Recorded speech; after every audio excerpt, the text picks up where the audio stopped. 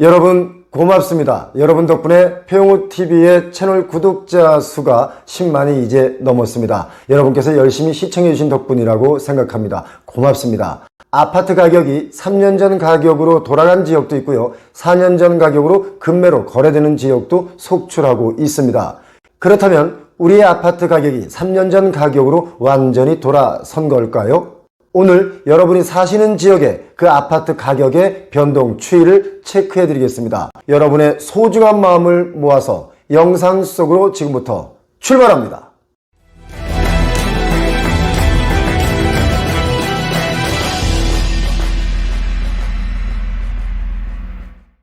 (3년) 전에 아파트 가격으로 아직 안 왔죠? 라고 묻는 꿈쩍 않는 매수자들, 3년 전 가격으로 돌아와도 꿈쩍하진 않습니다.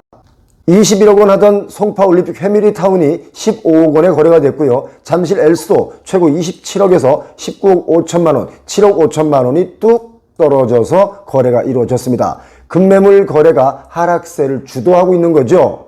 부동산 중개업소의 어느 사장님은 이렇게 말합니다. 어디가 얼마에 거래됐다 이런 보도가 나오면 문의 전화는 계속 오는데 그런 매물은 잡기도 어렵고 호가는 여전히 그대로입니다 라고 말을 하면 예 알겠습니다 하고 다시는 연락이 오지 않는다고 합니다. 그러면서 팔려는 사람도 어떤 특별한 사연이 있는 그런 매물이 아닌 이상 팔려는 의지가 별로 없고요. 사려는 사람도 가격이나 물어보고는 적극적으로 사려고 달려들지 않는다고 말했습니다.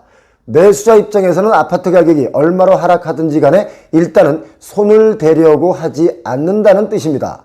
가격이 하락해도 꿈쩍 않는 매수자들, 그 이유는 뭘까요? 첫 번째는 현금 보유액과 눈높이의 차이라고 저희는 보고 있습니다.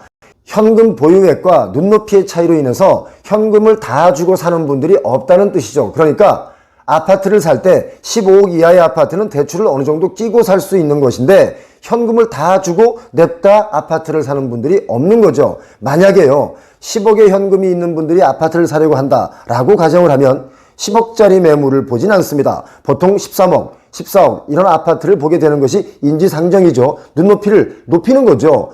눈높이를 낮추지 않는다는 뜻입니다. 그렇게 대출을 끼고 매수를 하려고 해도 금리가 발목을 딱 잡고 어허 사지마 이렇게 말리고 있는 상황이기 때문에 거래가 이루어지고 있지 않습니다. 두 번째 이유는 뭘까요? 바로 서로 간의 기대 가격의 차이가 납니다. 매수자와 매도자 간의 기대 가격이 다른 기대 가격 이격이라고 저희는 보고 있습니다. 즉 팔려고 하는 사람은 고점 가격에서 약간의 가격 조정 정도로만 기대를 하고 있는데 사려는 사람은 아파트의 급상승기 직전인 2019년, 2018년 이전 수준까지 떨어져야 적정 가격이다 라고 판단을 하고 있는 거죠. 그리고 세 번째 이유는요. 이 모든 것을 아우르는 고금리의 부담이 작용되기 때문에 매수자들은 꿈쩍하지 않고 있는 겁니다. 이런 것이 종합적으로 표출이 되면서 매매수급 지수도 하락으로 계속 이어지고 있는 것이다 라고 저희는 보고 있습니다. 여기에 초급매물만 간헐적으로 거래되면서 주택거래값 동향을 볼 수 있는 매매가격 지수 앞으로도 계속 하락이 장기화된다. 저희는 이렇게 보고 있고요. 한국부동산원의 통계상으로 볼 때 서울 집값 하락폭은요. 시간이 흐르면 흐를수록 계속 커지고 있다는 것을 쉽게 알 수 있습니다. 어디가 가장 많이 하락했을까요? 1위는 노도강입니다. 노원구, 도봉구, 강북구가 아파트 하락순위 1위입니다. 2위는 어딜까요? 송파구입니다. 강남 3구 중에 하나인 송파도요. 하락을 면치 못하면서 다른 구에 비해서 하락의 가격폭은 가장 큽니다. 3위는 어딜까요? 강남구입니다. 깜짝 놀라셨죠? 강남구도 25개의 서울의 다른 구와 똑같이 하락하고 있습니다.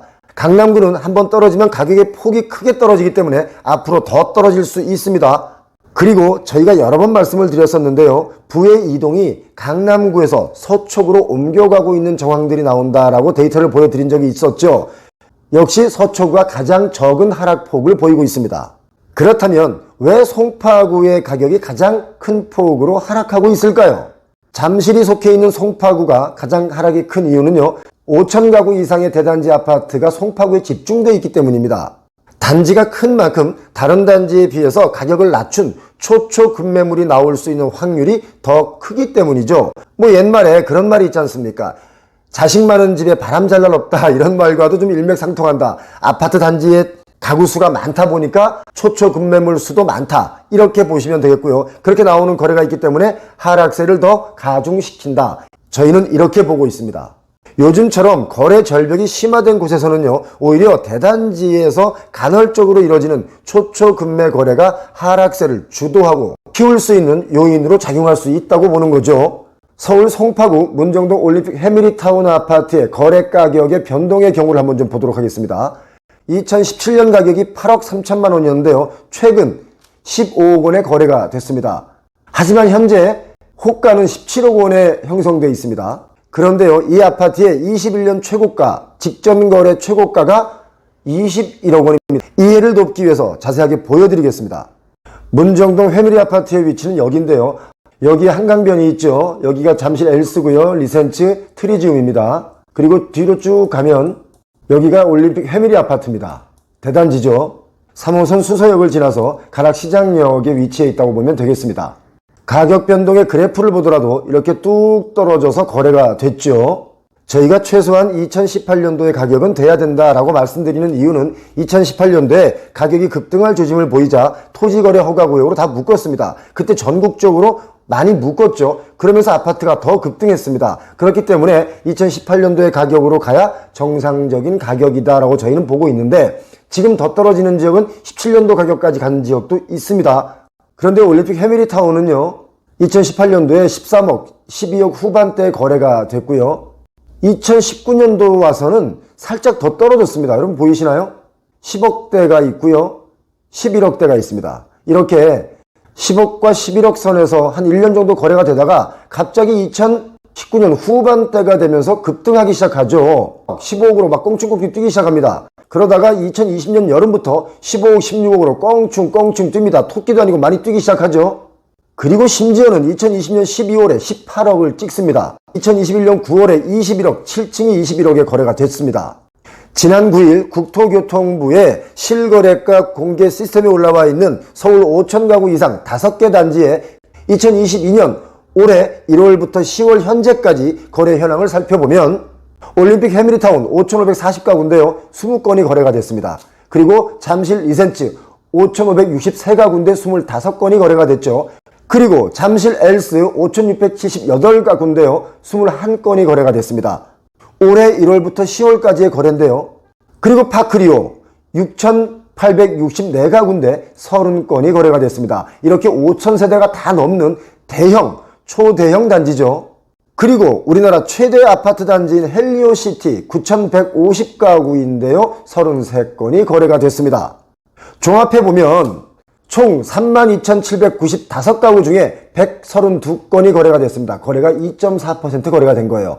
거래가 빙벽입니다. 잠실 인근의 공인중개사의 말인데요. 거래가 많을 때는 한 달에 30건 이상씩도 거래가 됐다고 합니다. 그런데 지금 30건의 거래는 재작년의 기준으로 본다면, 그러니까 아파트 가격이 미친 듯이 오르던 2020년 기준으로만 본다면 한 달치 거래밖에 안 되는 거라고 합니다. 한마디로 매매가 완전히 말라버렸습니다.